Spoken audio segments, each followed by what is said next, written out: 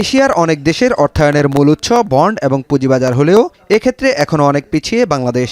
এখানে ব্যবসায়ীদের প্রধান আকর্ষণ ব্যাংক। এমন পরিস্থিতিতে বাংলাদেশে বন্ড মার্কেটের উন্নয়ন নিয়ে সেমিনার উঠে আসে পিছিয়ে থাকার বেশ কিছু কারণ। বক্তারা বলেন, ব্যাংক ঋণের উপর অতি নির্ভরশীলতা কমাতে না পারলে বন্ড মার্কেট শক্তিশালী করা সম্ভব না।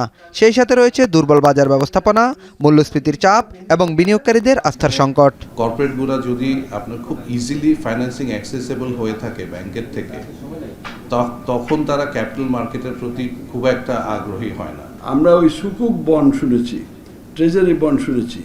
বাংলাদেশের যে total bond market as such এটা ডেভেলপ করে নাই। কেন করে নাই এটা আমার খুব একটা ধারণা নাই। এ সময় সেকেন্ডারি মার্কেটে ট্যাক্স একটি বড় বাধা জানিয়ে অর্থ সচিব বলেন, এই বাধা কাটিয়ে উঠতে কাজ করছে সরকার। সেকেন্ডারি মার্কেট কন্টিনিউয়াস অদল বদল হতে থাকে, হাত বদল হতে থাকে, কিন্তু ট্যাক্সেশনের পার্টটাই প্রত্যেকটা স্টেজে ট্যাগ করা যাচ্ছে না। এটার জন্য একটা বড় বাধা। আমরা security exchange commission, NBR, Bangladesh bank আমরা মিলে একটা পদ্ধতি ডেভেলপ করার চেষ্টা করছি। মূলত এটা একটা সফটওয়্যারের সমস্যা মনে হচ্ছে। এই সফটওয়্যারের সমস্যাটা দূর করে কীভাবে এটা করা যায়, এটা করলে আমাদের বন্ড মার্কেটে সেকেন্ডারি বিনিয়োগ অনেক বাড়বে, গতিশীলতা আসবে।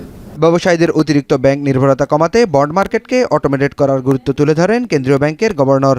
আমাদের মানি মার্কেটটাই সবচেয়ে বড়, তারপরে স্টক মার্কেট, তারপরে বন্ড মার্কেট। ফলে আমাদের এইখানে এটাকে ফ্লিপ করতে হবে। এবং এটা একদিনের ব্যাপার নয়, কারণ একটা বিল্ডিংয়ের ফাউন্ডেশন যদি মাথা নিচের দিকে পা উপরের দিকে থাকে, সেটাকে পা নিচের দিকে মাথা উপরে করতে গেলে এটাকে বিরাট রকমের সার্জিক্যাল প্রসেসের থ্রুতে যেতে হবে, এবং এটা একটা কালচারাল চেঞ্জ হবে, এটা আমাদের business cultural change.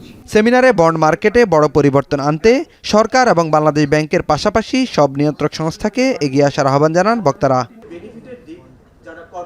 Naim Kamal, এখন, ঢাকা।